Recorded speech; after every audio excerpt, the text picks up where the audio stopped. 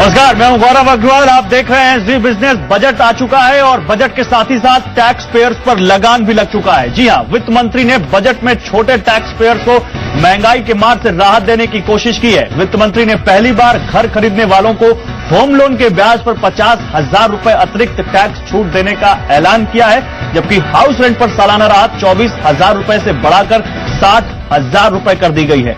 लेकिन बजट में salaried class को क्या मिला, मिडिल क्लास को क्या मिला, हम इस शो में इसकी पड़ताल करेंगे। हमारे साथ कुछ बेहतरीन एक्सपर्ट्स भी जुड़ेंगे, लेकिन उससे पहले ये रिपोर्ट देखिए। टैक्स छूट सीमा बढ़ने का इंतजार कर रहे सैलरीड क्लास लोगों को बजट से निराशा हाथ लगी है, लेकिन वित्त मंत्री ने छोटे मोटे उपायों के जरिए टैक्स पेयर्स को राहत देने की कोशिश की है। पहली बार घर खरीदने वालों को होम लोन के ब्याज पर 50,000 रुपए अतिरिक्त टैक्स छूट मिलेगी। इसके लिए घर की अधिकतम कीमत 50 लाख रुपए और होम लोन 35 लाख रुपए से ज्यादा का नहीं होना चाहिए। फिलहाल होम लोन के ब्याज पर अधिकतम 2 लाख रुपए की टैक्स छूट मिलती है। First home buyers, I propose to give a deduction for an additional interest of rupees 50,000 per annum for loans up to 35 lakhs sanctioned during the next financial year, provided value of the house does not exceed 50 lakhs. 5 lakh रुपए सालाना income वालों को राहत देते हुए वित्त मंत्री ने 87A के तहत टैक्स छूट 2,000 से बढ़ाकर 5,000 रुपए कर दी है।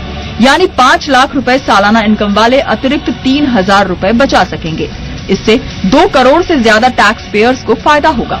वित्त मंत्री ने किराए के मकान में रहने वाले लोगों को भी राहत दी है। जिन्हें कंपनी से हाउस रेंट अलाउंस यानी HRA नहीं मिलता, ऐसे लोगों के लिए वित्त मंत्री ने हाउस रेंट पर सालाना राहत 24,000 रुपए से बढ़ाकर 60,000 रुपए कर दी है। हाई इनकम ग्रुप यानी 1 करोड़ रुपए सालाना से ज्यादा इनकम वालों पर सरचार्ज 12% से बढ़ाकर 15% कर दिया गया है। यानी वित्त मंत्री ने बजट में महंगाई बढ़ाने के ऐलान से छोटे टैक्स पेयर को राहत देने की कोशिश की है। ब्यूरो रिपोर्ट, जी मीडिया।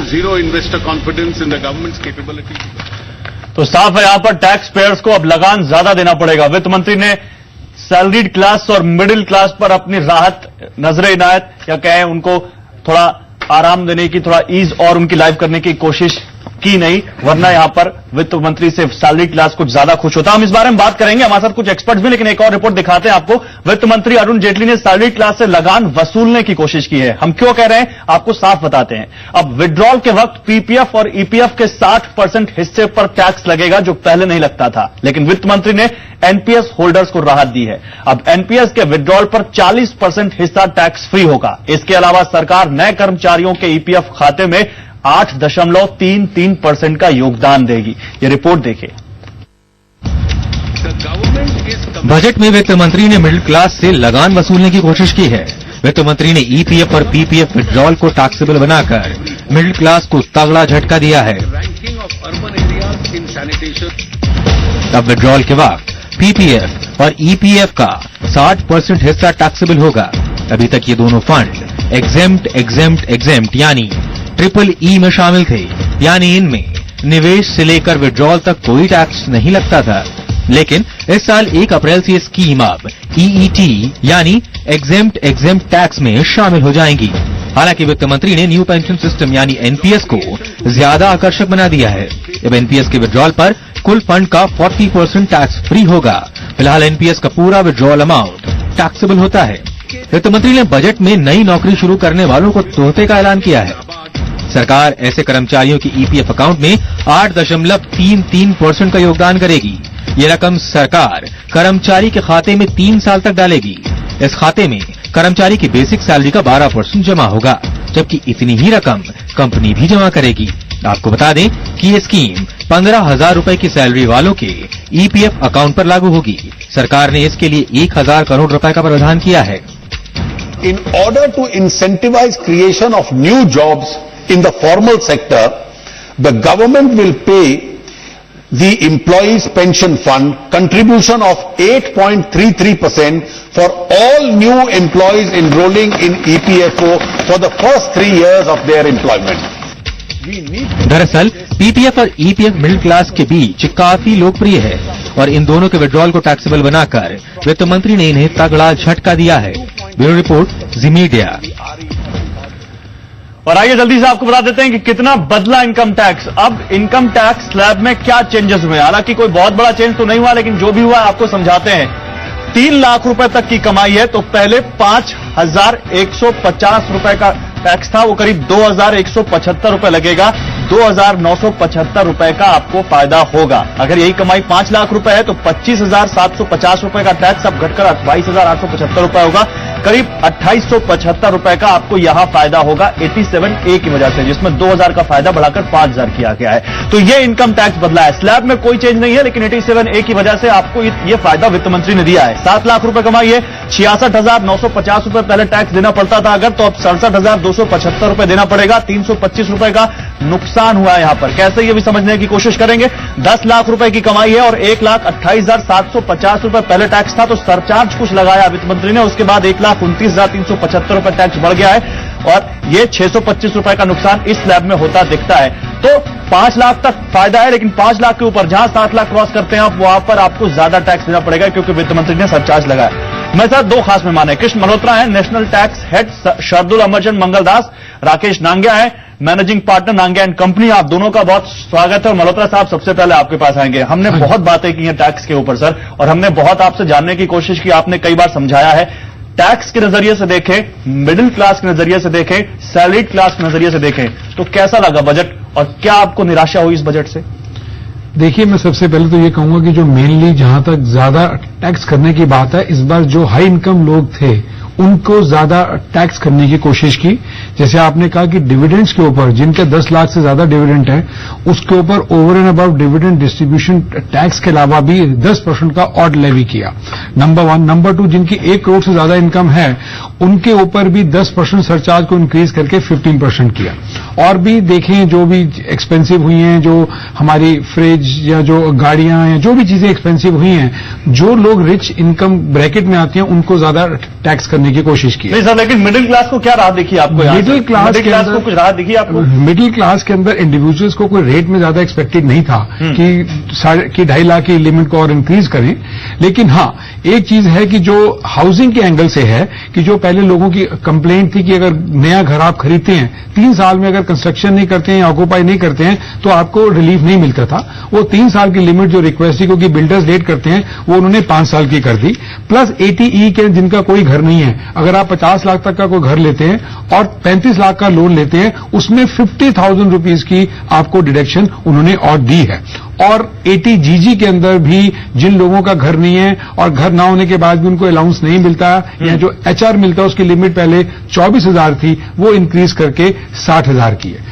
बाकी जो उम्मीद थी कि जो मेडिकल के या जो छोटे छोटे अलाउंसेस थे, जो बड़े डिलीट हो चुके, बड़े ओल्ड थे, जिसमें उम्मीद थी कि आज की इन्फ्लेशन के हिसाब से उनकी कोई वैल्यू नहीं है, उसकी लिमिट इंक्रीज होनी चाहिए। वो एक दुख की बात है कि उसमें उन्होंने इंडिविजुअल के एंगल से, सैलरीड क्लास के एंगल से कोई भी अलाउंसेस में पे हाथ रख रहे हैं आप। लेकिन सवाल यहां पर ये नांगे साहब, सैलरीड क्लास भी तो इस देश का नागरिक है, वो भी वित्त मंत्री की तरफ आस लगाए देख रहा था। और हम भी ये कह रहे थे, लगातार जी बिजनेस कह रहा था कि कोई बहुत बड़ा out of the box change नहीं होगा इनकम टैक्स स्लैब में, लेकिन 3 लाख रुपए तक कर सकते हैं वित्त मंत्री। उन्होंने तो छुआ तक नहीं।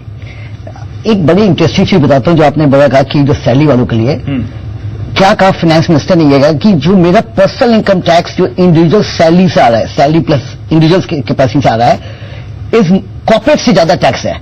तो और इस साल जो बजटेड है, मैं इसे बताना चाहता हूं कि अहमद देना चाहता हूं कि पर्सनल टैक्स में कितना है। 18% का ज्यादा बजटेड है पर्सनल टैक्स। तो it is very important. Government के बहुत बड़ा सेगमेंट है जिनको गवर्नमेंट को टच करना चाहिए था। अगर आप देखेंगे कॉर्पोरेट टैक्स, वो केवल बढ़ा 10 से 11%, 12%। लेकिन पर्सनल टैक्स के जो बजट है नेक्स्ट ईयर करंट ईयर के लिए, इट इज 18% ज्यादा है compare to the previous year. तो ये बिल्कुल आपने बात सही कही है। और मैं परसों भी यहां पर आपके प्रोग्राम में था, तो मैंने यही चीज कहा था, कहां नहीं टच किया। मेडिकल रिइंबर्समेंट 15,000 जो मेरा चलता जा रहा है फ्रॉम लास्ट 15 ईयर्स 17 ईयर्स, जो 15,000 का अगर मैं इन्फ्लेशन इंडेक्स भी लेता हूं, दैट आज की डेट में क्लोज टू 50 लाख का है, सॉरी 50,000 रुपीज का है, जो कि ये 17-18 साल में 15,000 की लिमिट सेम थी।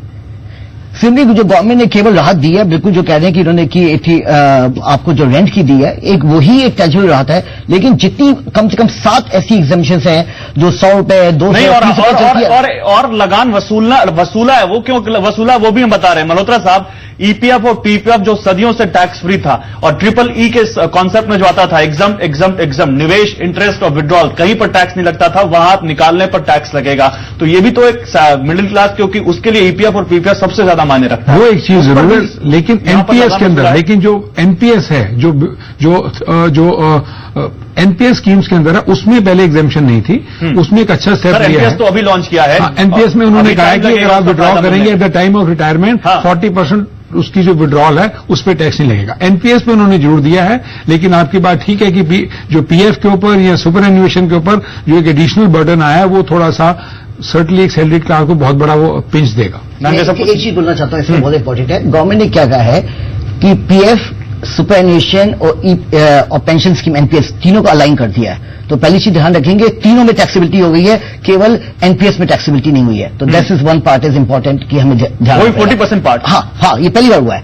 सेकेंड जो उन्होंने कहा कि जो पीएफ का है, सुपर एन्युएशन का है, 1 अप्रैल के बाद जो नया फंड होगा, पुराने में नहीं होगा, ये एक अलग से फंड में कंट्रीब्यूशन, जो एडिशनल न्यू कंट्रीब्यूशन आएगा, उसके लिए एप्लीकेबल है। तो जो पुराना कहीं चलता जा रहा था वो एग्जेम्प्टेड रहेगा, it will continue to be exempted. तो नया कंट्रीब्यूशन जो है रहेगा। और गवर्नमेंट ने ये कहा कि मैं तीनों जो स्कीम थी उसका एक रीजन देता हूं, बहुत इंपॉर्टेंट है। कहते किसी की सैलरी 1 लाख है, आप 10% कंट्रीब्यूट करते हो पीएफ को, आप विड्रॉल में ले लेते हो, आप तो ई में ले लेते हो, why should that person not पे द टैक्सेस?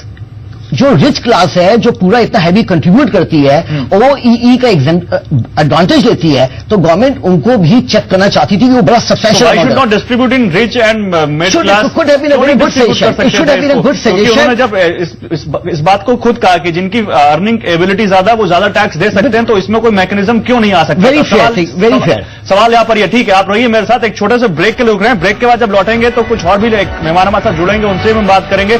सवाल यह है कि क्या वित्त मंत्री ने मिडिल क्लास को और सैलरी क्लास को बिल्कुल इग्नोर किया, या उनके लिए कुछ यहां पर पॉजिटिव ढूंढ सकते हैं इस बजट में? उस पर भी हम बात करेंगे। एक छोटे से ब्रेक के लिए रुक रहे हैं।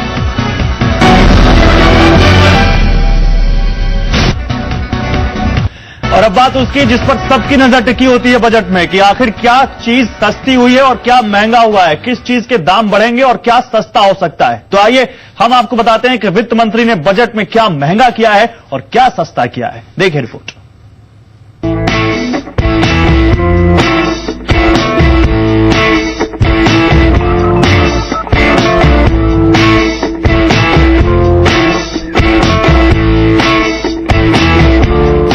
जब आप रेस्तरां में खाने के लिए जाते हैं तो खाने के बिल पर स्वच्छता सेस मिलाकर कुल 14.5% सर्विस टैक्स भी देते हैं। वित्त मंत्री अरुण जेटली ने बजट में 0.5% कृषि कल्याण सेस लगाने का ऐलान किया है। इसके चलते कुल सर्विस टैक्स 15% हो जाएगा, यानी हर वो चीज जिस पर सर्विस टैक्स लगता है वो महंगी हो जाएगी, जैसे मोबाइल फोन का बिल, हवाई यात्रा, रेल टिकट, बीमा policy, cinema, beauty parlour, cable TV, hotel और रेस्तरां में खाना, प्रॉपर्टी खरीदना, पैकेज्ड जूस, ब्रांडेड दही या पनीर, आइसक्रीम। इसके अलावा सरकार ने बीड़ी को छोड़कर सभी तंबाकू उत्पादों पर एक्साइज ड्यूटी 10% से बढ़ाकर 15% कर दी है। इसके चलते सिगरेट और सिगार महंगी हो जाएगी। सोने की ज्वेलरी पर भी 1% एक्साइज ड्यूटी बढ़ाई गई है।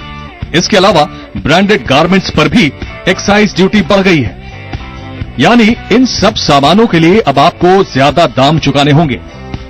The pollution and the traffic situation in Indian cities is a matter of concern. I propose to levy an infrastructure cess of 1% on small petrol, LPG and CNG cars, 2.5 on diesel cars of certain capacity, and 4% on other high engine capacity vehicles and SUVs. वित्त मंत्री ने छोटी बड़ी सभी तरह की कारों को भी महंगा कर दिया है। डीजल कारों पर 2.5% अतिरिक्त टैक्स लगेगा, तो एसयूवी कारों पर 4% अतिरिक्त टैक्स लगेगा। अगर कार का दाम 10 लाख से ज्यादा होगा तो 1% इंफ्रा सेस भी लगेगा। वही पेट्रोल सीएनजी से चलने वाली छोटी कारों पर भी 1% इंफ्रा सेस लगेगा। हालांकि बजट में कुछ ऐसी चीजें भी हैं जो सस्ती हुई है। इलेक्ट्रिक कार खरीदने वालों के लिए खुशखबरी है, बजट में इलेक्ट्रिक कारों को सस्ता कर दिया गया है। बजट में दिव्यांगों के उपकरणों को सस्ता किया गया है। डायलिसिस के उपकरण भी सस्ते किए गए हैं। जूते, आईआईएम की फीस, 1,000 रुपए वाले readymade garment, single premium policy, electric pump, प्रधानमंत्री आवास योजना के तहत बनने वाले मकान, न्यूज प्रिंट और पेपर सस्ते होंगे। CCTV, set top box, router और मॉडेम भी सस्ते होंगे। वित्त मंत्री की पोटली से काफी कुछ निकला है, लेकिन सरकार का फोकस इस बार ग्रामीण और इंफ्रास्ट्रक्चर पर ज्यादा रहा है। ब्यूरो रिपोर्ट, जी मीडिया। और इस वक्त बड़ी खबर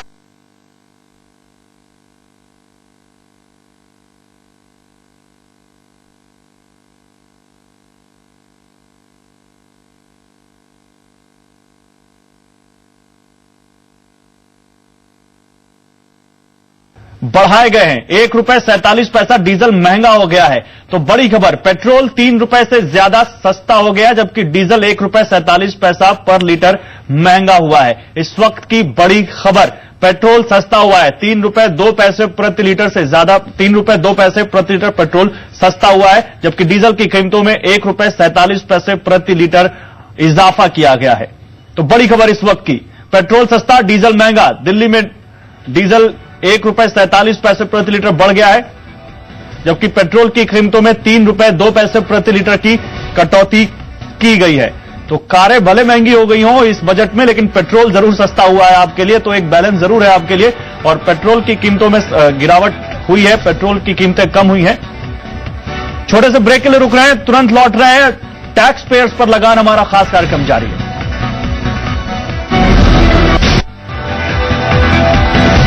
टैक्स पेयर्स पर लगान, हमारे साथ दो खास मेहमान जुड़े हुए हैं। एक और खास मेहमान इवन हमारे साथ जुड़ चुके हैं, vice chairman and CEO HDFC के मिस्त्री इस वक्त हमारे साथ जुड़ चुके हैं। साथ ही हमारे साथ मल्होत्रा साहब हैं और नांगिया साहब तो हैं जिनसे हम बात कर रहे हैं इस बारे में। और मैं मल्होत्रा साहब आपके पास आऊंगा। इंडिविजुअल्स पे तो हमने बात कर ली, यहां पर हमने सस्ता और महंगा भी बात कर ली। आपके हिसाब से पॉजिटिव चीजें कुछ इंडिविजुअल्स के लिए जो यहां निकल के आती हैं? देखिए, जो एक पॉजिटिव चीज सबसे इंपॉर्टेंट है कि जो टीडीएस, जो कि रिकमेंडेशन जस्टिस ईश्वर कमेटी की भी थी कि टीडीएस के अंदर इन्होंने रैशनलाइजेशन किया है। इन्होंने इनका उसमें जो टीडीएस के रेट्स कम किए हैं, उसमें जो लिमिट्स थी उनको इंक्रीज किया है, वो एक बड़ा अच्छा स्टेप है इसके अंदर। प्लस जो मोनेटाइजेशन, गोल्ड मोनेटाइजेशन स्कीम इतनी सक्सेसफुल नहीं रही थी, उसमें भी गवर्नमेंट ने बड़ा अच्छा स्टेप किया कि जो भी आप इंटरेस्ट या लॉन्ग टर्म कैपिटल गेन होगा, जो भी आपको उसमें यूनिट्स दिए जाएंगे उस स्कीम के अंदर, उसको भी उन्होंने एग्जाम कर दिया कि जिससे कि लोग इन चीजों का इसका बेनिफिट उठा सके। प्लस अगर आप देखें, एक बहुत अच्छा एक मौका दिया है लोगों को कि इनकम टैक्स डिक्लेरेशन स्कीम 2016 निकाली है। That's an very interesting scheme. उसके अंदर उन्होंने कहा एक और मौका है कि आप जून से लेकर और सितंबर तक आप उस स्कीम के अंदर जाएं। जो भी आपके एसेट्स हैं या जो भी आपके पास अनअकाउंटेड मनी है, उसको अगर आप डिक्लेयर करते हैं तो आपका 30% उसमें लगेगा टैक्स, 7.5% उसमें सेस लगेगा और 7.5 उसके अंदर पेनल्टी लगेगी, तो आपका रेट 45% बैठेगा। तो 45% अगर आप उस स्कीम के अंदर डिक्लेयर करते हैं तो आपके अगेंस्ट प्रोसिक्यूशन नहीं होगा, दैट इज नंबर 1। आपके अंदर वेल्थ टैक्स की कोई प्रोसीडिंग नहीं होगी, इवन बेनामी एक्ट के अंदर भी कोई भी कार्रवाई नहीं होगी। कहीं ना कहीं तो ये इस तरीके से पैसा फ्लो में आएगा और लेजिटिमेट किया है जो लोगों के पास फंड्स हैं जो कि सर्कुलेशन में नहीं है। मिस्टर मिस्त्री इस वक्त मेरे साथ जुड़ रहे हैं। मिस्टर मिस्त्री, स्वागत है आपका जी बिजनेस पर। हाउसिंग सेक्टर को लेकर बजट में जो ऐलान हुए सर, आपको कैसे लगते हैं? जी, एचडीएफसी को आप अगर देखें ना, तो एवरेज लोन साइज जो हमने ये साल में जो लोन दी हुई है अप टू दिसंबर, वो एवरेज लोन अमाउंट करीबन 25 लाख थे। Now, if you take a 25 lakh rupee loan and 65% loan to value ratio, you are looking at a property value which is under 40 lakhs of rupees. तो जो benefit जो दी है in this budget is that the 50,000 rupees enhanced deduction जो interest के लिए दिया गया है, that 50,000 enhanced deduction is applicable in respect of properties up to 50 lakhs. तो मेरे हिसाब से quite a large number of our customers will get covered in this. This will be a big benefit in the tier 2, tier 3, tier 4 towns. Not that much in a Mumbai or in a Delhi, but I'm sure if we read the fine print, there must be something in the budget which helps the big cities also. Housing को benefit करने से the rest of the economy gets a boost. तो अगर आप देखेंगे तो sectors like steel, cement, paint, जो employment generation हो रहा है.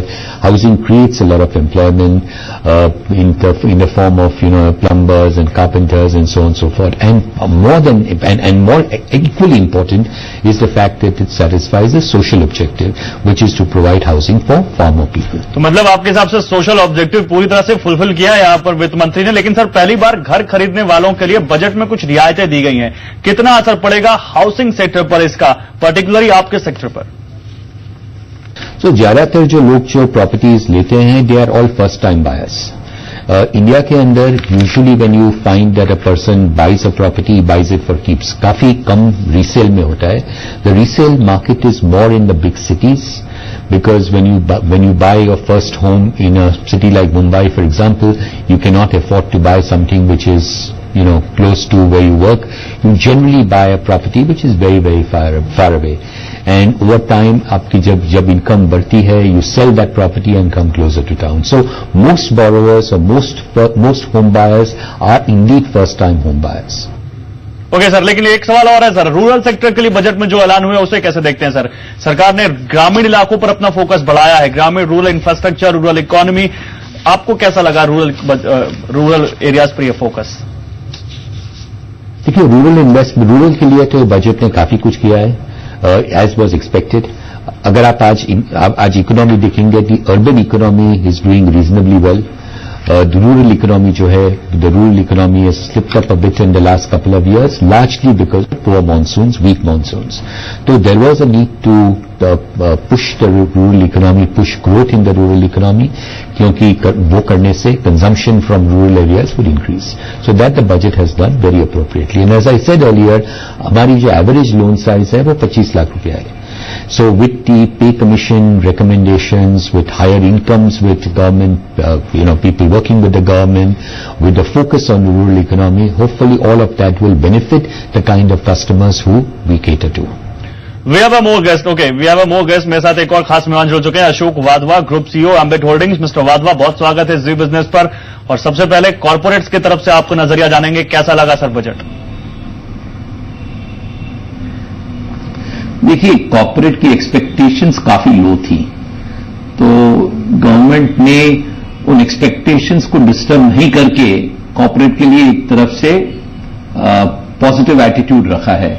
कॉर्पोरेट्स को लग रहा था कि टैक्स घटने के बदले बढ़ सकता है, क्योंकि देखिए ना, माहौल एक ऐसा था, अगर गवर्नमेंट को 3.5% फिस्कल डेफिसिट रखना है और अगर गवर्नमेंट को पे कमीशन की कमिटमेंट्स भी रखनी है और औरों की कमीशंस भी कंप्लीट करनी है और रूरल एक्सपेंडिचर भी करना है, तो वो टैक्स आएगा कहां से?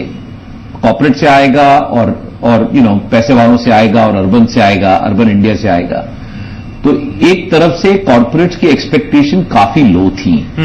गवर्नमेंट ने लॉन्ग टर्म कैपिटल गेन्स को न डिस्टर्ब करके लिस्टेड कंपनीज पे, डिविडेंड डिस्ट्रीब्यूशन टैक्स भी उन्होंने सिर्फ इंडिविजुअल्स और फर्म्स पे लगाया है, जो कंपनीज रिसीव करेंगी उन पे नहीं लगाया है. That was the my next question to you कि मार्केट को बहुत पसंद नहीं आया मिस्टर वाधवा. मार्केट ने निफ्टी और सेंसेक्स दोनों गिरकर बंद हुए हैं और डिविडेंड डिस्ट्रीब्यूशन टैक्स की आप बात कर रहे थे, वो भी लेकर आई है सरकार.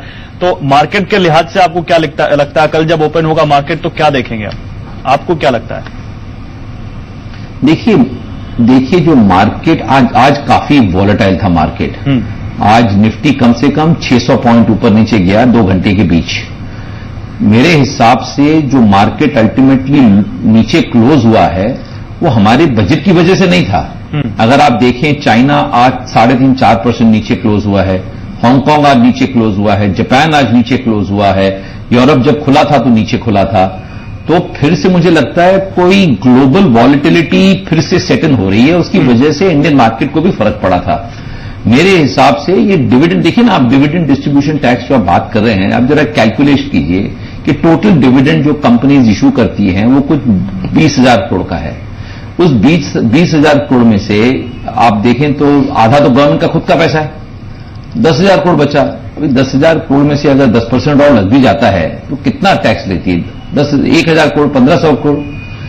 तो मेरे हिसाब से डिविडेंड डिस्ट्रीब्यूशन की टैक्स से मार्केट नहीं बंद हुआ नीचे. वैसे आई एम नॉट सेइंग कि डिविडेंड डिस्ट्रीब्यूशन टैक्स पॉजिटिव है, it is negative from the और मार्केट। रूरल एरियाज पर फोकस बढ़ा है सर। हमने कलेक्ट बार बार जब भी कॉर्पोरेट से प्री बजट बात होती रहती थी, उनका एक ही फोकस था, डिमांड क्रिएट करनी पड़ेगी, तभी कंपनियों के पास जब डिमांड बुक में डिमांड बढ़ेगी, जब उनके नंबर्स अच्छे होंगे तो उनके रिजल्ट्स भी देखेंगे। डू यू थिंक ये बजट डिमांड बढ़ाने वाला है रूरल एरियाज पे, इंफ्रास्ट्रक्चर पे, सोशल वेलफेयर पे जो खर्च किया है सरकार ने, जो बजट में एलोकेशंस हुए हैं? देखिए विदाउट डाउट ये बजट जो है हमारे रूरल इकोनॉमी के लिए और पुअर आदमी के लिए, गरीब आदमी के लिए, लोअर मिडिल क्लास के लिए पॉजिटिव बजट है, क्योंकि काफी सारा गवर्नमेंट का नया एक्सपेंडिचर उस तरफ काफी फोकस है गवर्नमेंट का, और राइटली सो, क्योंकि गवर्नमेंट ने जो प्रॉमिस किया था वो ये प्रॉमिस किया था कि हम सारी हिंदुस्तान की आबादी को कहीं न कहीं किसी न किसी तरीके से बेनिफिट करवाएंगे। तो ये जो पूरा बजट है ये काफी इंक्लाइंड है, प्रो पुअर है, प्रो रूरल है। और जैसे आपने अभी सुना हम मुझसे पहले कि दो मॉनसून काफी वीक रहे हैं, हमारे फार्मर्स की पोजीशन काफी वीक रही है, रूरल डिमांड एकदम गिर गई है। आप अगर एफएमसीजी कंपनी से पूछे, महिंद्रा एंड महिंद्रा से पूछे, वो बताएंगे आपको कि रूरल डिमांड काफी गिर गई है।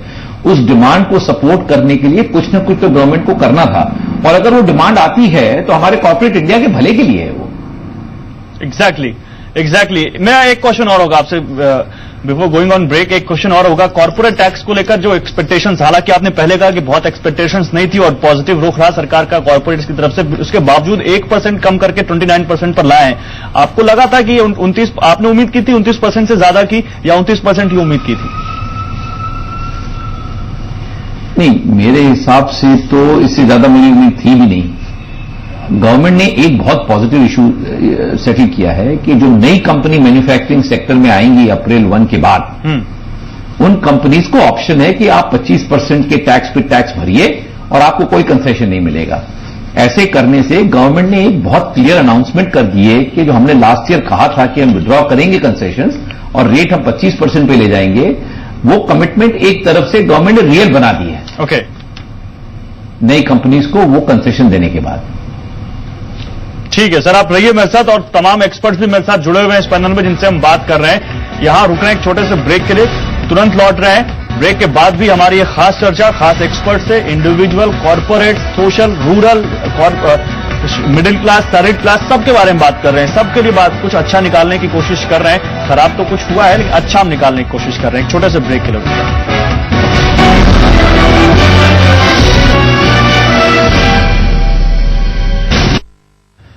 तो ब्रेक के बाद स्वागत है आप सभी का। टैक्स पेयर्स पर लगान लगाया गया, इसमें कोई दो राय नहीं। सर्विस टैक्स बढ़ाया गया, इनकम टैक्स में कोई बदलाव नहीं किया गया स्लैब में, हालांकि 87A के तहत मामूली छूट दी गई है, जो 2000 थी वो बढ़ा के 5000 किया गया। और इसके अलावा बहुत सारी ऐसी चीजें हैं जो आपको आने वाले वक्त में परेशान करें, लेकिन कुछ ऐसी चीजें भी हैं जो आपको राहत दें, जिसमें टैक्स रिजीम को ईज करना और टैक्स रिजीम को प्रिडिक्टेबल बनाना, ये इस पर फोकस दिखा है वित्त मंत्री का। मल्होत्रा साहब, मैं आपके पास आऊंगा, जरा इस पर हमारे दर्शकों को समझाइए किस तरह से टैक्स डिपार्टमेंट को अकाउंटेबल बनाने की कोशिश की गई है वित्त मंत्री की तरफ। देखिए, एक सबसे बड़ा इंपॉर्टेंट स्टेप है, जब भी कभी भी अपील्स के, जब भी हाई कोर्ट्स के या ट्राइब्यूनल्स के ऑर्डर्स आते हैं, उसमें एक साल तक कभी भी अपील इफेक्ट नहीं दिया जाता। उसमें रिफंड्स होते हैं तो डिपार्टमेंट को उसके ऊपर इंटरेस्ट देना पड़ता है। उसमें उन्होंने कहा है कि अगर 6% का हम इंटरेस्ट देते हैं, अगर कोई रिफंड निकलता है अपीलेंट ऑर्डर के बाद, विद इन 90 डेज अगर वो आप उनको रिफंड नहीं देंगे, अपील इफेक्ट नहीं देंगे, तो 6 की जगह 9% आपको देना पड़ेगा। और उस केस में उन्होंने ऑफिसर को अकाउंटेबल बनाया, नंबर 1। नंबर 2, जो पेनल्टी के अंदर डिस्क्रिशनरी पावर्स थी उसको रिस्ट्रिक्ट किया है। एक फॉर्मेट लेके आए हैं कि 100% से 300% नहीं होगी पेनल्टी, 50% पे रिस्ट्रिक्ट किया है। 10 लाख तक की अगर इनकम टैक्स का इंपैक्ट रहेगा उस पर पेनल्टी नहीं लगेगी। और उसमें भी कहा है कि अगर आप 50% से ऊपर जाना चाहते हैं तो सीनियर ऑफिसर्स को you will have to take them into the confidence. Dispute resolution के ऊपर बहुत अच्छा काम किया है। जो भी आज जो वोडाफोन की तरह के जो अलग अलग रेट्रोस्पेक्टिव से रिलेटेड डिस्प्यूट्स हैं, उसमें उन्होंने एक बहुत ही बढ़िया स्टेप लिया है। और उस स्टेप में उन्होंने कहा है कि एक separate direct tax dispute resolution scheme निकाली है। उस स्कीम में अगर आप जाएंगे तो आप पे कोई भी पेनल्टी और प्रोसिक्यूशन नहीं होगा। उसकी पूरी गाइडलाइंस निकाली है और कई चीजें और भी नोटिफाई करेंगे। जो बड़े बड़े डिस्प्यूट्स हैं, उन डिस्प्यूट्स के ऊपर अगर आप उस स्कीम में जाएंगे तो you will be able to resolve out of the court under the law. I think that's a very good step that would certainly reduce the litigation. इसके अलावा अगर बात करें यहां पर मिस्टर नांगिया की जो सरकार ने वेलफेयर पर काफी काम किया है, सोशल वेलफेयर पर काफी पैसा खर्च किया, तो आपके हिसाब से ये सभी लोगों को इफेक्ट करेगा या रूरल एरियाज में ज्यादा इसका इफेक्ट देखेंगे? आई थिंक इस पे एक इम्पोर्टेंट चीज आती है कि एफएम ने क्या कहा कि हमारे 9 पिलर्स ऑफ द बजट, उसमें आप ये देखेंगे पहला उनका था कि agriculture and the reform, second था rural infrastructure and employment, third was social and education was concern, and fourth was infrastructure other the tax reform से। अब हर एक स्कीम में देखेंगे, कैन यू कॉल इट कि this is the populist budget? You want to call it? I'm putting it this way, I'm just saying it. Can we call it? Answer maybe, I think Ashok ji ने बड़ी अच्छी बात की है. Why not? This country needs to give to the rural people. If we have to actually create a demand, have we to raise the income level of the poor people, of the poorest of the poor, and amount of expenditure on rural infrastructure, rural demand, rural road, rural ठीक है, everything. बिल्कुल होना चाहिए, इस बात से कोई मना नहीं कर रहा कि रूरल एरियाज में या एग्रीकल्चर पर फोकस नहीं होना चाहिए, बिल्कुल होना चाहिए। अगर उस एक्सटेंट तक पॉपुलस है तो आई थिंक हमारा कंट्री डिजर्व करता है कि उस एक्सटेंट तक हमारा पॉपुलस होना चाहिए कंट्री को। अच्छा, नरेगा स्कीम थी, एलोकेशन बढ़ी हुई है। अब देखिए रोड्स पर, देखिए रूरल रोड्स पर ज्यादा एलोकेशन बढ़ी हुई है, and why not, we deserve this. Rural part of the country ये डिजर्व करता है क्योंकि बेटर इंफ्रास्ट्रक्चर। बाद में मैं आपके पास आऊंगा, गार का जिन एक बार फिर से आया है, आपको थोड़ा सा डर लगता है क्या इससे? क्योंकि पैसे कुछ दिन पहले नहीं आया था, ऑप्शन पर एसटीटी 5 बेसिस पॉइंट बढ़ाया गया है। इसके अलावा हम डिविडेंड डिस्ट्रीब्यूशन की तो बात कर ही चुके हैं, सरकारी बीमा कंपनियों की लिस्टिंग की बात हुई है। सर, कैसी लगी ये चीजें आपको? सर क्या आप जरा फिर से बोलेंगे, सवाल सुनाई नहीं पड़ा जरा जी। सर, गार का 1 अप्रैल 2017 से लागू होगा, ये वित्त मंत्री ने फिर से कहा है। अभी तो हम पिछले कुछ दिनों से इसकी बात सुन नहीं रहे थे। हाँ जी, ये आपको कैसा लगा? क्या आपको निराशा हुई इसको सुनकर या आपको लगा ठीक है? देखिए, गार तो आना ही था, 3 बार पहले भी आ चुका है, पोस्टपोन हो चुका है। अब की बात जब उन्होंने कहा था कि हम गार को इंप्लीमेंट करेंगे, तो कहा था कि हम 2 साल का टाइम दे रहे हैं सबको अपनी अपनी सिचुएशन को संभालने का। अप्रैल 1, 2017 से गार लगेगा, तो तब तो लगेगा। तो मेरे हिसाब से सबको टाइम दिया गया था कि अपने आप को एक तरह से बिल्कुल प्रिपेयर कर लें। और GAAR is a common provision across every treaty across the whole world. अगर सारी दुनिया उसको लगाती है तो हम भी लगाएंगे। हमारा तो कंप्लेन ये था लास्ट टाइम कि आप सडनली उसको नए रेगुलेशन को नहीं ला सकते हैं। आपको हर कंपनी को 2 से 3 साल का टाइम देना चाहिए ताकि companies can organise this their affairs in a manner which is consistent with the GAAR. और वो टाइम दे दिया गवर्नमेंट ने। तो वित्त मंत्री ने तो सिर्फ ये कहा है जो मैंने पहले कहा था, I am serious about it, और ये अप्लाई होगा अब। ओके। इसके अलावा सर, बैंकों के अगर कैपिटलाइजेशन की बात करें, 70,000 करोड़ इंद्रधनुष में करने की बात कही गई थी इन अ फेज मैनर। 25,000 करोड़ केवल दिए गए पीएसबीज को। Do you think it's enough for PSBs, public sector banks, या कुछ और ज्यादा कर सकते थे? नहीं, 25,000 करोड़ तो मेरे हिसाब से काफी कम है।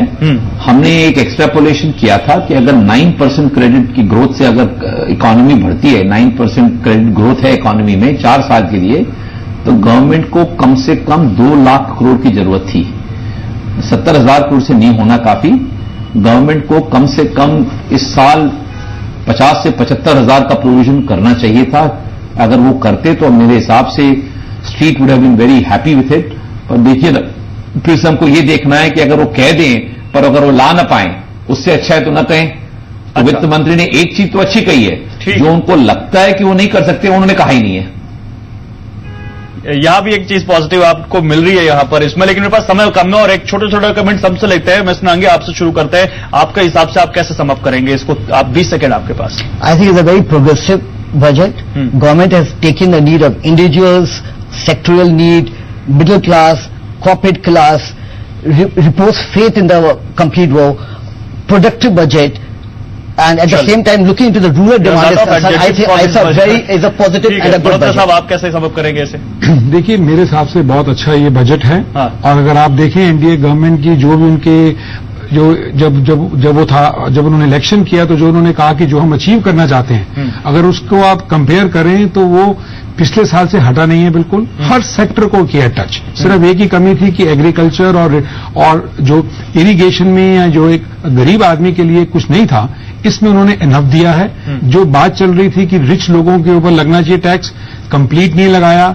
जो पहले था डर कि कहीं स्टेट ड्यूटी नहीं आ जाए, कहीं दोबारा से वो चीज नहीं शुरू हो, ऐसा कुछ नहीं किया, लेकिन थोड़ा सा उन पे टैक्स दिया है और एक बड़ा अच्छा बैलेंसिंग किया है। और जो उनकी डायरेक्शन है, I did not see any change in the direction as what he started in the previous year. Thank you very much sir, आप सभी का बहुत शुक्रिया हमारे साथ जुड़ने के लिए। तो सवाल यहां पर यह है कि ठीक है, वित्त मंत्री ने रूरल एरियाज को बहुत देने की कोशिश की है, इंफ्रा पर बहुत खर्च करने की बात कही है, बहुत कुछ रैशनलाइज किया है, सब्सिडी हो, छूट हो, टैक्स हो, लेकिन सैलरीड क्लास को दे देते तो शायद वो भी आज उनके लिए कुछ अच्छी बात कर रहा होता। और फिलहाल लेकिन नहीं दिया, इनकम टैक्स में कोई बदलाव नहीं हुआ, इनकम टैक्स स्लैब में सर्विस टैक्स कुछ ज्यादा बढ़ा है। और आने वाले वक्त में हम और एनालिसिस करके आपको बताएंगे कि एग्जैक्टली इसके अलावा आपको और क्या मिला है इस बजट में, क्या पाया है आपने और क्या खोया है। फिलहाल हमारे इस खास पेशकश में बस इतना ही। आप रहिए हमारे साथ दिन भर लगातार, अभी हम आगे भी आपके साथ जुड़े रहेंगे और अलग अलग एंगल से हर तरह से बजट का एनालिसिस करेंगे केवल आपके लिए, क्योंकि जी बिजनेस दिखाता है आपके फायदे की खबर।